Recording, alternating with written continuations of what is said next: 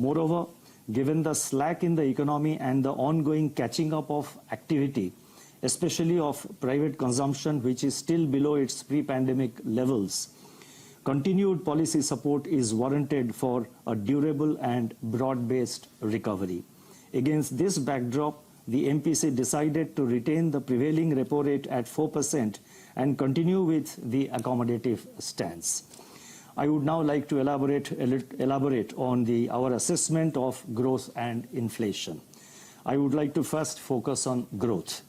The NSO's release on 30th November confirmed that the recovery of Indian economy is gaining traction, with real GDP growth at 8.4% year-on-year for Q2 21-22 and subsequent to 20.1% in the preceding quarter, that is in Q1 of this year. All components of GDP registered year-on-year growth, with exports and imports strongly surpassing their pre-COVID levels. Incoming information indicates that consumption demand has been improving, with pent-up demand getting reinforced by the festive season demand. Rural demand is exhibiting resilience and farm employment is picking up with robust performance of agriculture and allied activities, supported by a strong start to Rabi sowing, continuing direct transfers under Prime Minister Kisan scheme, and extension of the free food grain under Pradhan Mantri Garib Kalyan Anna Yojana till March 22. Urban demand has also shown signs of strengthening, with spending on travel and tourism surging in the last few months. Other indicators like railway freight traffic, port cargo, GST receipts, toll collections, petroleum consumption, and air passenger traffic have also picked up in October-November. The recent reductions in excise duty and state VAT on petrol and diesel should support consumption demand by increasing purchasing power. Government consumption is also picking up from August, providing support to aggregate demand. Enabling conditions for revival of investment activity are also falling into place.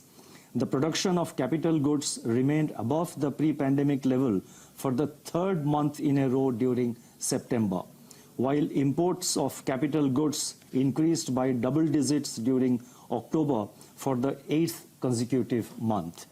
The central government's relaxation of additional market borrowings by states, equivalent to 0.5% of GSDP of the respective states, subject to, of course, certain capex-related milestones, and the decision to front-load tax devolution are likely to bolster capital outlays of the states.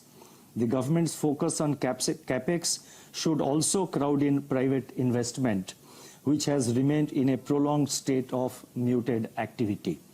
Further, there has been significant deleveraging of corporate balance sheets amidst congenial monetary and financial conditions engendered by the Reserve Bank of India's liquidity measures. Overall, the recovery that had been interrupted by the second wave of the pandemic is gaining traction, but it is not yet strong enough to be self-sustaining and durable. This underscores the vital importance of continued policy support. Downside risks to outlook have risen with the emergence of Omicron and renewed surges of COVID-19 infections in a number of countries. Besides, notwithstanding some recent corrections,